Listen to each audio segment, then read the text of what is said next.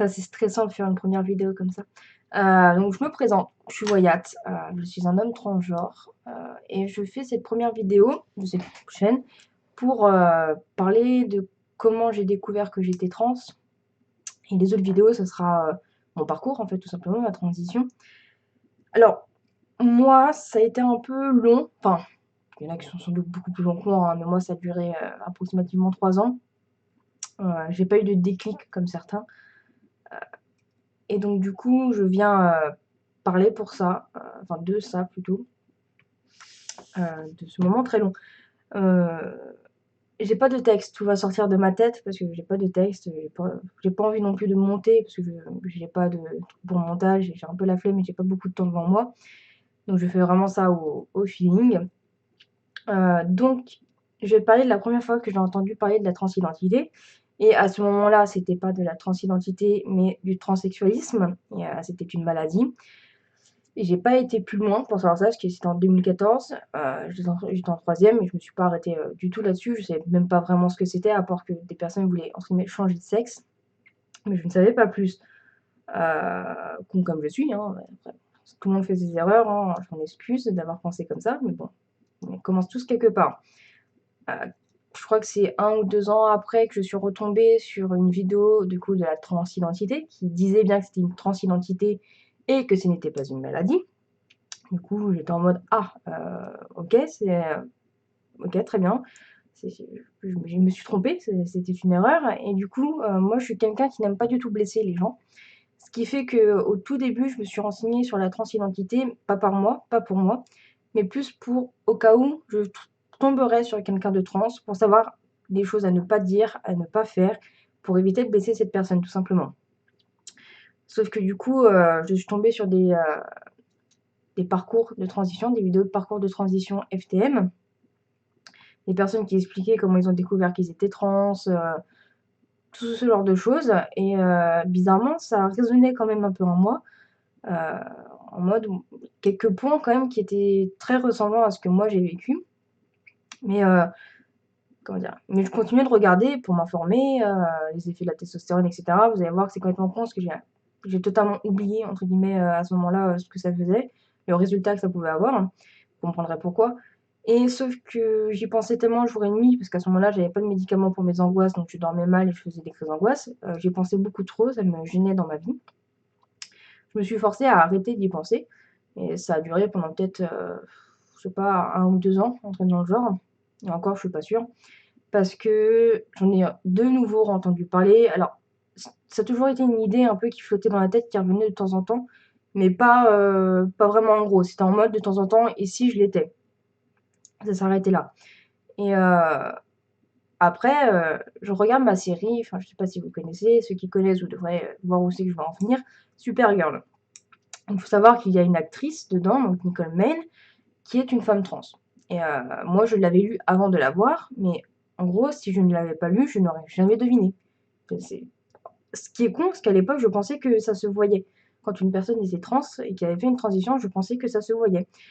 Ce qui fait que ça m'a remis en question encore cette pensée-là et du coup, je suis rapidement retournée voir des personnes en transition à la fin, au bout d'1 an, 2 ans et cetera et je me suis rendu compte qu'en fait non, c'était pas je vais pas dire très bien réussi parce que c'est pas le terme, mais c'est que, à mon sens, c'était vraiment, entre guillemets «fidèle aux personnes cis». Je sais pas si vraiment c'est le terme, je sais pas si vous voyez ce que je veux dire? Et donc du coup, à ce moment-là, je me suis dit: «Ah, mais en fait, c'est vraiment possible, ça existe vraiment». Pour moi, c'était quand même c'était chaud, enfin c'était une révélation, donc j'ai recommencé à regarder des trucs dessus, à me documenter à droite à gauche, à regarder des vidéos, à me poser des questions sur moi-même pendant 3 ans. Alors, c'est un peu long, mais j'ai eu du coup, une très, très grosse phase de déni et de reni, de la réponse. Je pense savoir en partie, la raison, c'est que je n'ai plus ma mère depuis 2014 et très souvent on me disait que ma mère a toujours voulu une fille, sachant que j'ai que 2 grands frères au-dessus de moi. Ce qui fait que ça me mettait un arrière, parce qu'en mode oui, elle est plus là, mais elle a toujours voulu une fille, bon sachant que j'ai jamais été très féminin, hein. La fille, elle l'a eue sans l'avoir voulu, tu vois?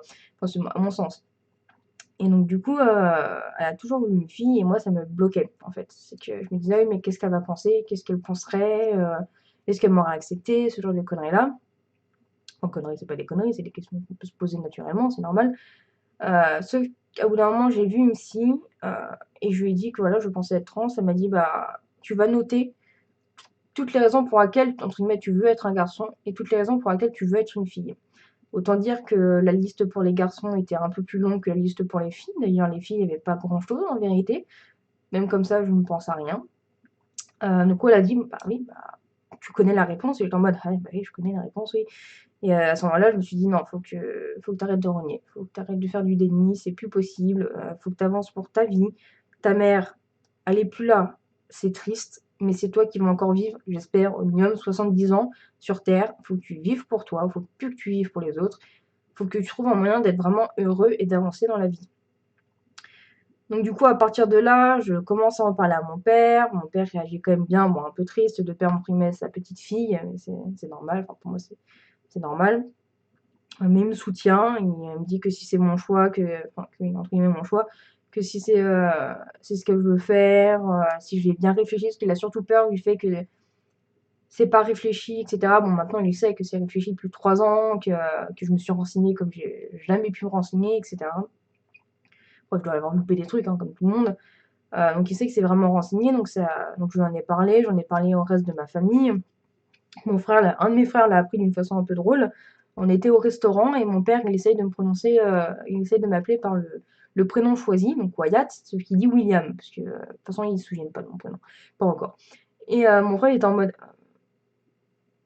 «Bah, pourquoi tu l'appelles William?» Enfin, il comprenait pas. Bon, au bout d'un moment, il a compris la raison pour laquelle j'ai fait ça, enfin pour laquelle mon père a fait ça. Donc il a bien réagi, il a juste dit qu'il aurait un peu de mal à concilier les souvenirs d'avant et concilier les souvenirs d'après. Je lui ai dit que, bah, entre guillemets, pour moi, jusqu'à il y a plus de 3 ans, un petit peu plus, j'étais une femme. J'avais pas de doute là-dessus, entre guillemets. Pour moi, je me sentais femme.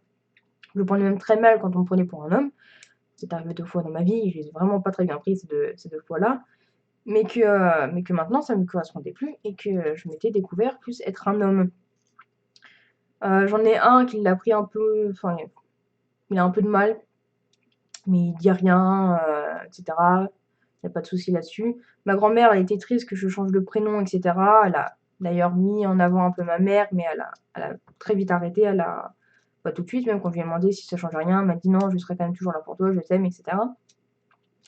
Il y a qu'une tante à laquelle ce n'est pas moi qui l'ai dit, c'est mon père, parce que j'avais très peur. En fait, je vis chez elle, la semaine et j'avais très peur de sa réaction. Je suis un peu parano là-dessus, mais au final, elle m'a dit que non, il y avait aucun souci. Je me sentais plus homme, je me sentais plus homme, il y avait pas de problème, ni rien et que, si j'avais besoin d'aide pour des démarches et cetera, je pouvais faire appel à elle. Donc très bien, génial, c'est super bien passé. À l'heure actuelle, toute ma famille proche est au courant. Alors, faut savoir que j'ai ma grand-mère du côté paternel qui a fait 9 enfants. On est plus d'une trentaine de cousins, il y a des arrière-cousins, je peux pas prévenir tout le monde et puis au final, la plupart s'en foutent de ma gueule. Ils sont même peut-être à peine au courant que j'existe, même si je crois que je les ai tous vus. Moi, je suis pas proche d'eux, donc je vois pas l'intérêt de leur dire. Ils me découvriront par eux-mêmes si on se revoit. J'ai prévenu ma famille proche, donc là-dessus, je suis safe. Il y a juste ma grand-mère qui du coup elle était la dernière au courant, parce que je lui ai envoyé une lettre, lundi là, donc lundi, je sais pas on est le combien? Lundi 22. Elle a reçu le 23. Elle m'a dit que ça la dérangeait pas, sachant qu'elle, elle a toujours été très vieux jeu, les filles, ça va être féminin, les cheveux longs, s'habiller en robe, ce genre de choses. Elle a vécu la guerre, enfin une petite partie de la guerre et cetera, donc elle a toujours été très éduquée à l'ancienne. Elle m'a dit que ça la dérangerait pas et cetera et note marrante, parce que sur la lettre, je lui ai dit: «J'ai fait rendez-vous à l'endocrinologue pour, faire une transition, avoir une voix plus grave, la pilosité et cetera». Elle m'a dit: «Mais, tu vas pas faire ça?» Je lui ai fait: «Bah si, le but d'une transition, c'est quand même à la fin être bien dans mon corps, et cetera». Elle fait: «Oh là, bon OK». C'est un truc dans le genre qu'elle m'a dit, ça m'a fait rire et puis c'est à peu près tout. J'ai une cousine qui s'en doutait un peu, qui m'a dit: «Ça m'étonne pas, je m'en doutais un peu». Mais en soi, j'ai pas eu de mauvaise réaction. Ma grand-mère lui a dit, heu, il pense que je vais devenir lesbienne. Donc vu que ma grand-mère lui a dit, je peux pas lui dire plus que ça, donc bon, bah, il découvrira, au fur et à mesure de ma transition que non, c'est pas ça le principe, réellement. Mon oncle, c'est pareil, il avait peur que je devienne lesbienne, mais non. Et puis, bah, voilà, c'est à peu près le tout. Il me semble. Heu, donc ça, c'est la première vidéo, hein. C'est juste pour expliquer vraiment, le cheminement.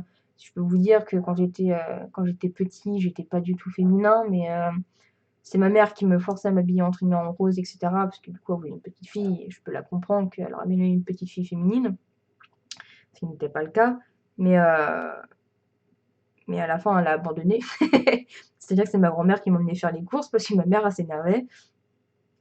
Mais voilà, j'ai déjà enfin, quand j'étais petit, j'ai sans doute déjà dû me dire en mode: «J'aurais bien aimé être comme mes frères, j'aurais bien aimé être un garçon». Ce genre de choses-là, j'ai sans doute dû me les dire. Ça, c'est je pense que c'est obligatoire, c'est juste que je me souviens pas grand-chose de mon enfance. Parce qu'elle était pas enfin, elle était c'est pas qu'elle était pas très heureuse, c'est qu'en fait, j'ai peur de mourir depuis que j'ai 6 ans. Ce qui fait que je faisais des crises d'angoisse, incroyables le soir surtout et la nuit. Et ce qui fait que pour moi, je n'ai pas beaucoup de souvenirs très heureux, de mon enfance à cause de ça. Ce qui fait que je peux pas j'ai un peu oublié pas mal de choses. Mais, heu, mais voilà, c'est un peu tout ce qu'il y a à dire. Si vous avez des questions, soit venez, sur Instagram me les poser ou soit posez-moi en commentaire et je les répondrai. Juste la suite, je vais faire une vidéo qui, regroupe, comment s'est passé mon rendez-vous chez la psychiatre et mon rendez-vous chez l'endocrinologue, qui a été très rapide. Et puis voilà, ça sera oups, j'espère que ça a pas fait trop de bruit. Voilà, ça sera tout pour aujourd'hui, non. Enfin, peut-être pour vous, parce que je pense que je vais les foutre à la suite. Donc voilà. Bon, on va passer une très bonne journée ou une très bonne nuit et puis, bah, je vous dis à tout à l'heure.